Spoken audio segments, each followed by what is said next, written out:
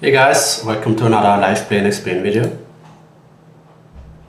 Back at the NL200z pool.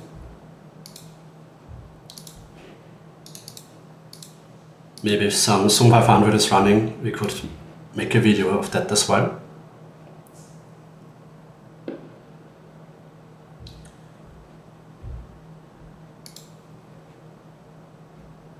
But yeah, unfortunately there is not too much action going on at the higher Zoom tables it does lately.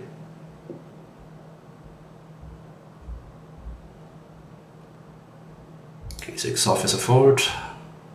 Would probably be a call versus a 2x open.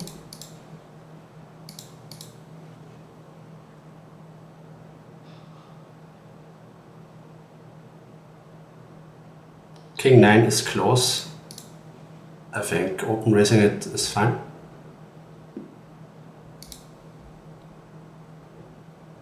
At ace check off is a mix free bet or call, and at the high roll we will go for the free bet.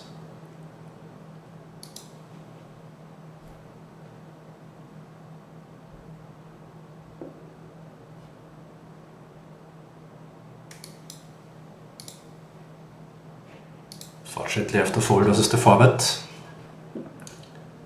And easy fold with king check versus the half pot sizing.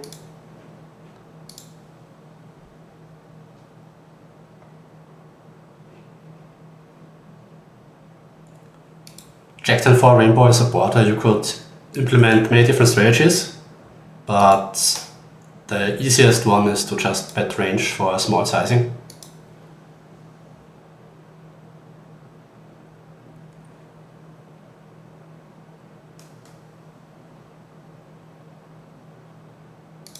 We will go for the ISO raise versus the recreational.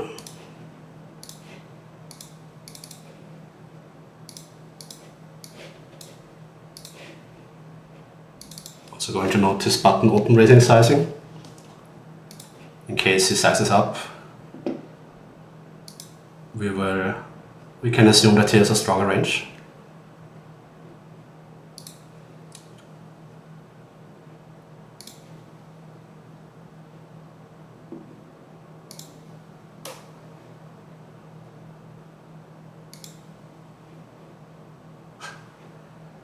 Let's try again as a roll 100 once more.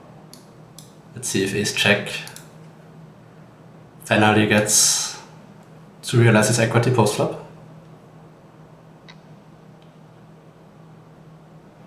Okay. Again, starting out with a small c-bet at the high frequency. He has all the pocket pairs, which will be in a tough spot. Don't think he can fold the lowest ones pure. I think he also rather calls deuces, 3s and 4s than 5s and 6s. Or 7s, 8s. Just because of the unblock effect. On table 1, it is a board where we have like 70%-ish c-bet frequency, and I think kings with a diamond is going to c-bet less than the global average, but it's still fine. And turn, we will have a pure check. And the hand will also make a pretty good call down hand, because he should never bluff king highs. Table 2, we roll pretty low. I would play half pot check strategy on this type of board, and don't think we can bet this sort of hand every time. He goes for the half pot sizing, saying that he's still value betting ace-6. We can only click call. Versus this sizing, we could have some donks on the river. Let's say we had a 9 or something, just because we expect him to check back so much of the time with an ace. And he goes for the min probe, which is very unusual sizing for me, especially on this sort of texture.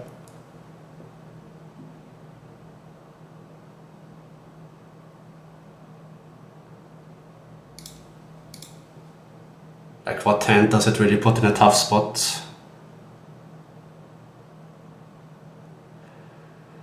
I mean, it almost feels like you could value bet, but he could still have 6s and 7s, so I think we just check back. And he shows up ace queen. Interesting. Yeah, I don't quite understand what he's trying to accomplish here. NL200z is a board, yeah, where also a lot of different sizings makes sense. Could also use overbets, and versus the 75 we have mainly call, sometimes raise.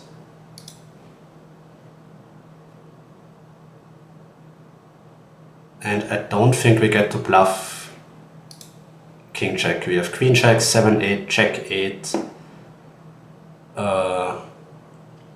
Basically none of our draws came in. So king queen would for sure not bluff, but I think king check also is too strong, I would imagine. Just when you think how many offsuit combos we have. All the queen check off that are, yeah, pretty sure that king highs don't get to bluff on this one out.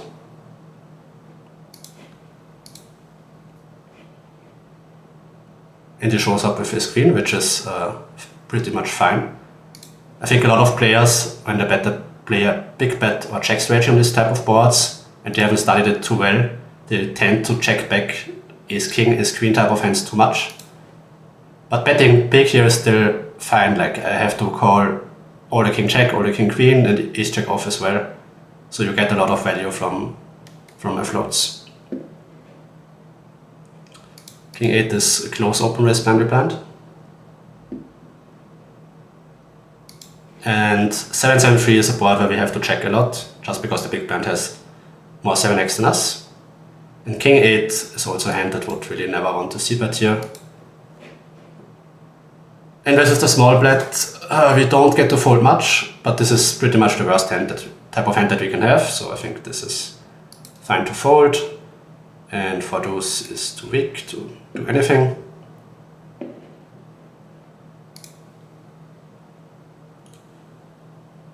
Ace 10 also a frequency free bet, but this time we go for the call. And versus small sizing we will check call pure.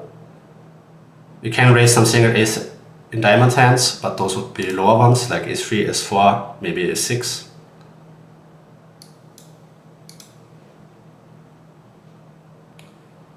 On the 5 I expect a 75 for check strategy from in position, and as played we check down and also have a pretty solid bluff catcher, I think. Just because he's never bluffing an ace, and the 10 hearts is also not a great card for him to bluff, I think. Most of my pairs I will value bet on the river, so I'm pretty sure that I have to bluff catch a bunch of ace highs. The 10, I mean, probably rather bluff catch maybe a lower ace 6, because the 10 still blocks like his 10-9 offsuit sort of hands. But I still think it's probably easy to over bluff this spot, so I go for the call. Can't be too bad, can't be too good. Let's say you had a hand like ace deuce, it would be a snap call of course. But yeah, I don't hate bluff catching those bad check bad lines.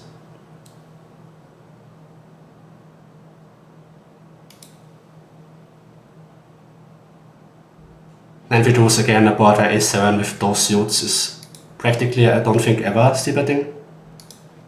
Also just has to hit the check fold button.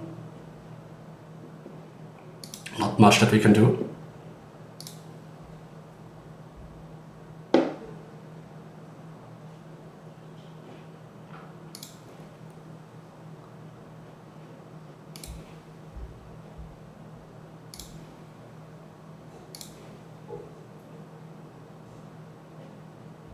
Pretty raggish pool right now, but that's perfect for a video.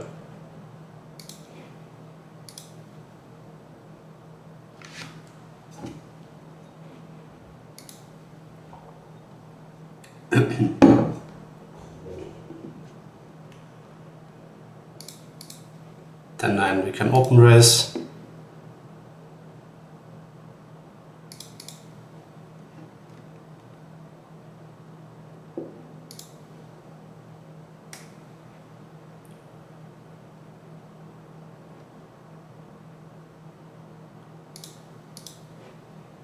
board where I implement a big bet or check strategy, our hand can mix both. With the 9 hearts, I'm a bit more inclined to bet. But on a low roll, we go for the check back. And it's important to not only check back like ace king, ace queen type of hands or pocket fives, but also check back draws to not get run over when a draw gets in on the turn. People tend to probe too much compared to solver, so it's very important to have a protected check back range. And he goes for a very big overbet for the 2e sizing. I mean, it's actually close, I think, with the gut shot to the nuts.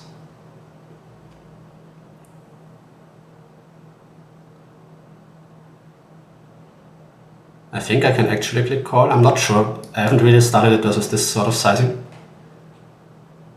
But we need to have some floats to have bluffs on the river as well. And when we do hit, we have, of course, very good implied odds. Here we go 75 check on table 2. And he goes for a block bet. He could still have a hand like 4-5, 5-6, ace-4, ace-5. And versus that sizing, we can't really fold too much, so we call and expect to mainly lose.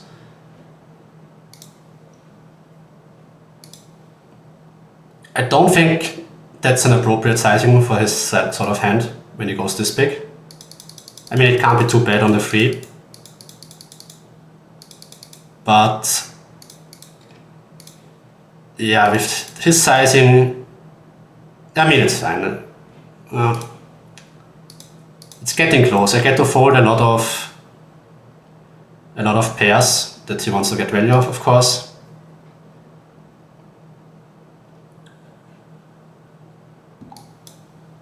That's not terrible, but I think it's a bit too thin for his sizing scheme.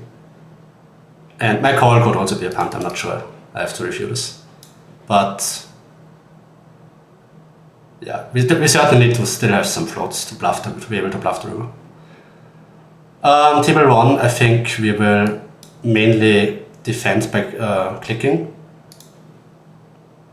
and just put him in a tough spot when he has ace king. He has to frequency call down ace king here quite a lot. I don't love that he sizes up already. But yeah, we can't really fold. And unfortunately, this will happen quite a lot that you lose, but that's kind of the nature of 4-bet pots. That when there's already so much money in the middle, you can't really, you're not really allowed to fold much, let's say like that. High 4 we can open versus the recreational. And I mean, basically you are saying if you have a beat, you have a beat, but my hand is fairly strong in a low SPR spot, and I don't want to check call and put myself in a bluff catch spot. I want to put you in a bluff catch spot, and you have ace king. It would be interesting also to, like, if I would play more, I would note the sizing scheme, and you can see we went for the 1/3 bet, which maybe he does it with his whole range. Maybe he goes 1/4 if he has ace king. Maybe he bets 20%. So I think those are things, and you play versus the same opponents over and over again, where you can start making pretty big deviations and then maybe just fold already on the flop when you think that this guy has it with his sizing.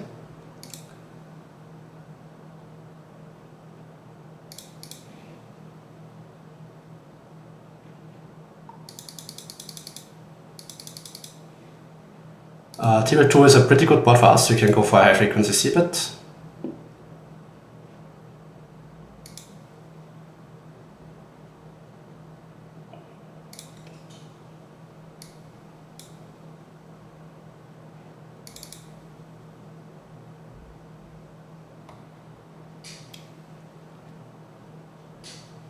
This guy overcalls, okay, so presumably recreational.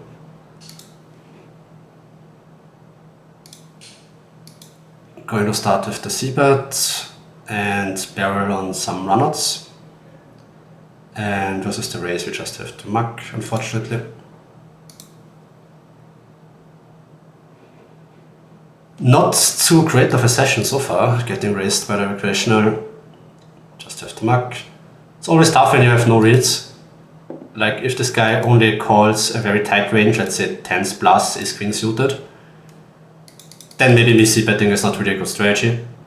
But a lot of recreationals also can overcall a complete trash hand, or a lot of weak pairs that we can barrel off on a lot of runouts.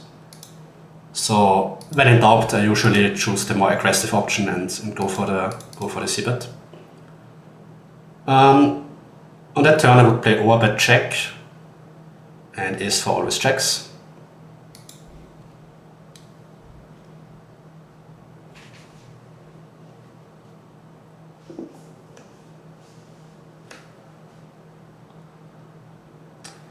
And ace four in theory is also always going to check again, because he is going to check back his ace highs, and we have just a great bluff catcher. So I think I will go for that line.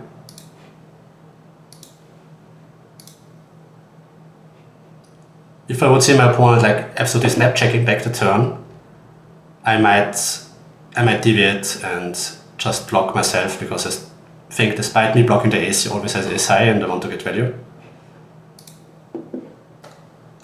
Table 1, I think we can fold. Yeah, I'm sure we can fold.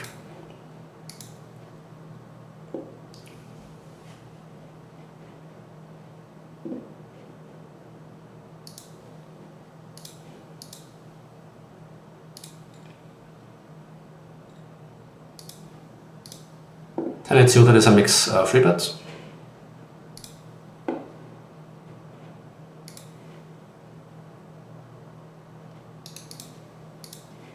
And let's see, maybe we get one nice spot also for us.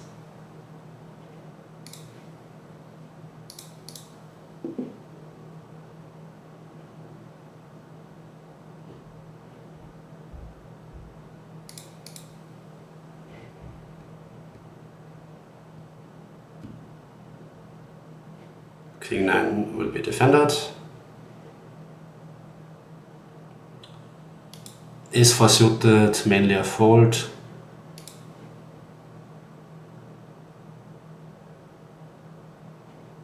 Yeah. I think you could flat maybe a little bit, but going for only for the fold should be fine.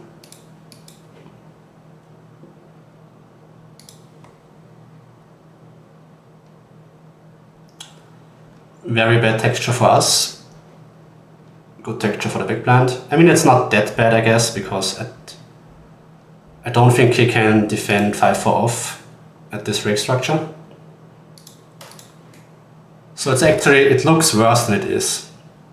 Versus his sizing, we can't fold a lot and have to defend a bunch. I mean, we can fold like 15% of our range.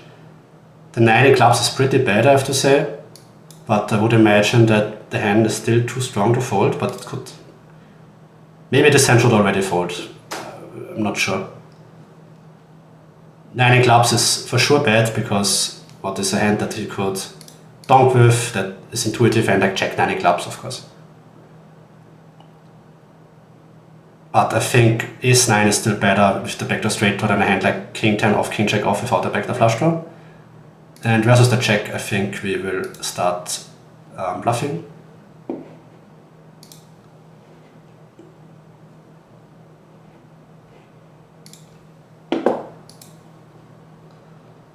So yeah, important to not fold too much versus small bets when you're in position. And I'm not really sure where the threshold lies, but I would imagine the worst hands that you have are hands like king 10 with a club without a spade. So those hands, I think, would be your auto folds. And don't think you need to fold too much more. And table 1 is also not a range bet board, and ace 8 will go for the check quite often, I think. And on the turn, we will delay for a small sizing or go for the check. Ace 8 will always check and try to show down. King Queen mixes some free bets, but at that roll we go for the call.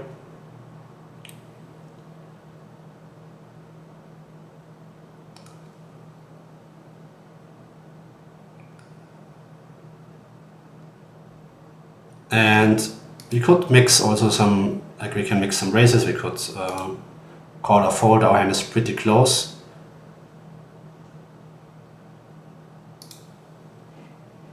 With this sizing we can raise any 7, any 6, I think.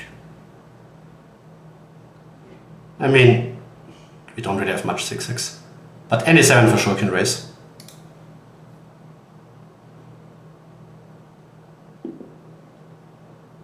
And the sort of hands that you want are ace-X, because it's never bluffing an ace. And then you want your second card to also not block too many bluffs. And I think a lot of 8-X, like 7-8, 8-9 would already probe the turn.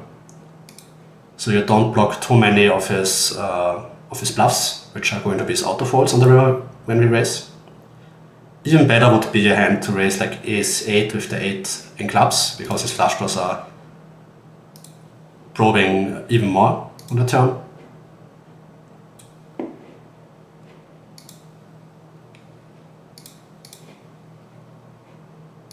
So yeah, that's kind of how you want to construct the raising range on the river.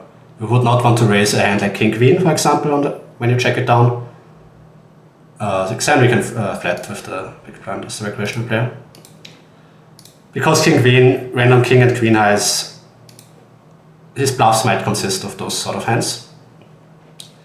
And table 2, we roll pretty high, and we will also have 7s and 4s, so I think 6-7 is a pretty nice hand to already start raising. And I think I like starting out with a big raise also. Because we are kind of saying already we have a set, so don't think a small raise sizing makes too much sense here. And yeah, the video is going on 20 something minutes, so I think it's a good time to end it. And yeah, see you in the next one. Bye.